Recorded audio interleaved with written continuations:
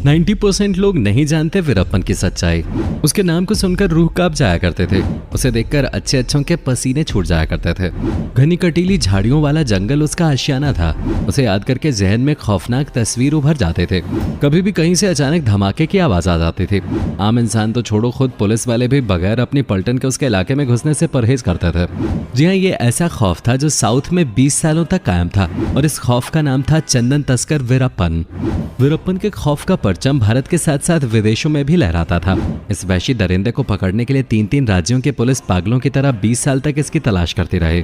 Police ने इस पर 5 करोड़ का इनाम भी रखा था, लेकिन वीरप्पन पकड़ में नहीं आया। तो आखिर कैसे इस खूंखार डाकू पर पुलिस ने काबू पाया? राज्य सरकारों ने क्या प्लानिंग की और कैसे इसका एनकाउंटर किया गया? आज इसी खौफनाक हकीकत की एक एक परत हम आपके सामने खोलेंगे। तो वीडियो को बिना स्किप किए आखिर तक देखिएगा, जिससे आप वीरप्पन की दरिंदगी की हर एक तस्वीर साफ साफ देख सकें। वीरप्पन के नाम से कौन वाकिफ नहीं होगा? साउथ के जंगलों में इसकी तूती बोलते थे। इसके अपराध की कहानी की शुरुआत भी इन्हीं जंगलों से हुई थी। 18 जनवरी 1952 को कर्नाटका के गांव गोपीनाथम में पैदा हुए वीरप्पन का पूरा नाम कूज मुनिस्वामी वीरप्पन था, लेकिन ये वीरप्पन नाम से ही कुख्यात हुआ। वीरप्पन पैदा तो 1952 में हुआ था, लेकिन इसकी असली कहानी शुरू हुई 1970 में। वीरप्पन एक चरवाहे परिवार में जन्म लिया था, इसलिए उसका बचपन जंगलों में ही बीता था। जंगल से उसका अच्छा याराना था, इसलिए बड़े होकर इसने जंगलों को ही अपना ठिकाना बनाया। ये बचपन में अपने पिता के साथ रहकर छोटे मोटे काम किया करता था, लेकिन बाद में अपने ही क्रिमिनल रिश्तेदार के साथ मिलकर इसने अपराध के रास्ते पर चलना शुरू कर दिया था। महज 13 साल की उम्र में वीरप्पन ने पहली बार जुर्म का दामन थामा था।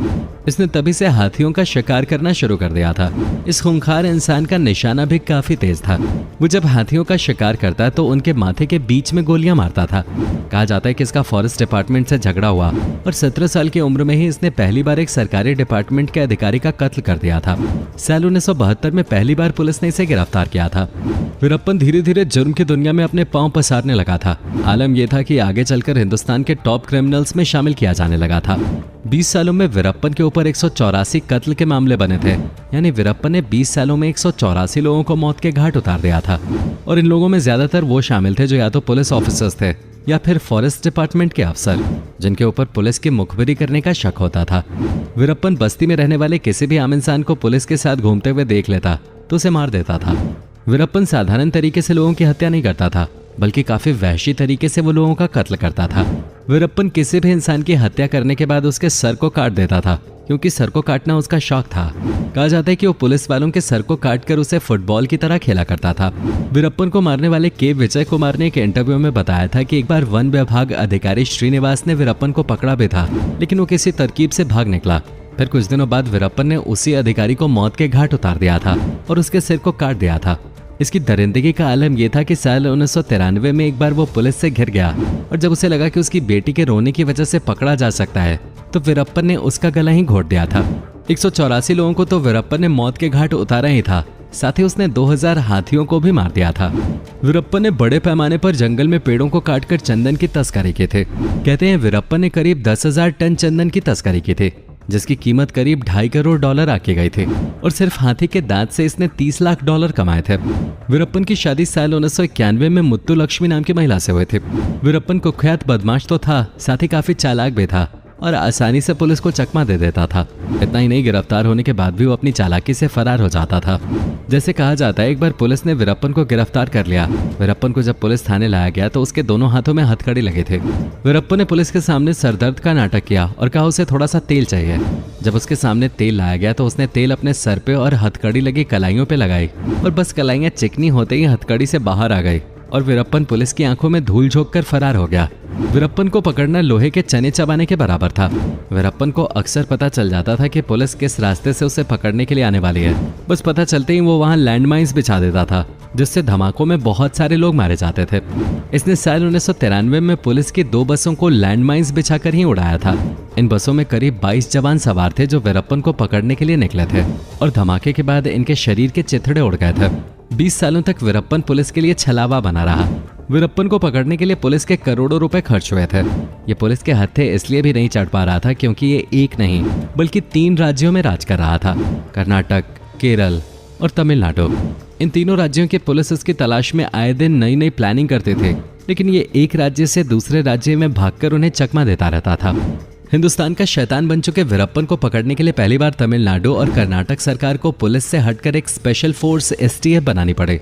इसी बीच पानी सर से ऊपर तब चला गया जब साल 2000 में कर्नाटक के बहुत बड़े फिल्म स्टार राजकुमार को वीरप्पन ने अगवा कर लिया। असल में राजकुमार का नया घर जंगल के पास था और वो अपने नए घर के गृह प्रवेश के लिए यहाँ आए थे।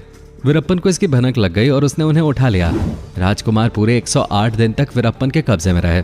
इस घटना के बाद केरल की जनता में आक्रोश फैल गया। खबर मीडिया की सुर्खियां बन गई क्योंकि राजकुमार कर्नाटक के बड़े फिल्म स्टार थे।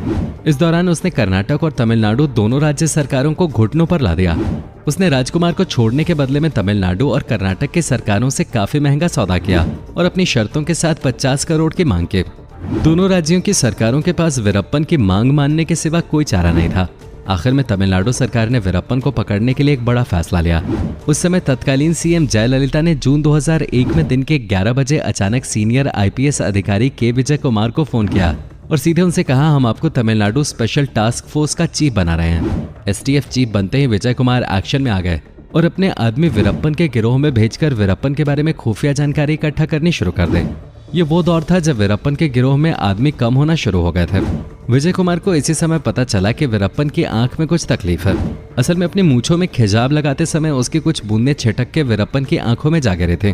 विजय कुमार एक इंटेलिजेंट ऑफिसर थे। उन्हें किसी तरह पता चल गया था कि वीरप्पन को बाहरी दुनिया को ऑडियो और वीडियो टेप्स भेजने का शौक था और एक बार अचानक विजय कुमार ने एक वीडियो में देखा कि वीरप्पन को एक कागज पढ़ने में परेशानी हो रही है। उन्हें उसी समय पता चल गया था कि वीरप्पन की एक आंख में तकलीफ है। एक चैनल को दिए इंटरव्यू में उन्होंने बताया था कि सबसे पहले वीरप्पन को पकड़ने के लिए उन्होंने अपनी टीम को छोटा किया क्योंकि बड़ी टीम लोगों की नजरों में जल्दी आ जाते थे और वीरप्पन को इसकी भनक पहले से ही मिल जाते थे। अब विजय कुमार ने 6 लोगों की छोटी टीमें बनाई। ये घटना 18 अक्टूबर 2004 की है जब उन्हें इस बात की जानकारी हो गई थी कि वीरप्पन आंखों का इलाज कराने के लिए जंगल से बाहर आने वाला है। उन्होंने उसे पकड़ने के लिए जाल बिछाया। उन्होंने एक खास एम्बुलेंस का इंतजाम किया जिस पर लिखा था एसकेएम हॉस्पिटल सेलम। जंगल के बाहर पापीरापट्टी गांव में उसके लिए इस एम्बुलेंस को खड़ा कर दिया गया। उस एम्बुलेंस में एसटीएफ के 2 लोग इंस्पेक्टर विल्लई दुराई और ड्राइवर सर्वनन पहले से ही बैठे हुए थे। वीरप्पन ने सफेद कपड़े पहन रखे थे और पहचाने जाने से बचने के लिए उसने अपनी फेवरेट मूंछें भी ट्रिम कर दी थी। उसमें सवार हो गया। वीरप्पन को इस बात का जरा भी अंदाजा नहीं था कि वो पुलिस की एम्बुलेंस में सवार हुआ है। उसे एसटीएफ का ही एक आदमी चला रहा था। पुलिस बीच रास्ते में अपने शिकार के लिए घात लगाकर बैठे थे। तभी अचानक ड्राइवर ने रास्ते में एम्बुलेंस रोक दी और वो उसमें से उतरकर भाग गया। इससे पहले कि वीरप्पन कुछ समझ पाता, पुलिस ने एम्बुलेंस पर चारों तरफ से फायरिंग शुरू कर दी जिसमें वीरप्पन मारा गया। बताया जाता है उसे 2 गोलियां लगे थे जिसमें एक सर और दूसरी आंख में लगे थे। इस तरह ऑपरेशन कोकून के तहत 20 मिनट के एनकाउंटर में वीरप्पन को ढेर कर दिया गया था।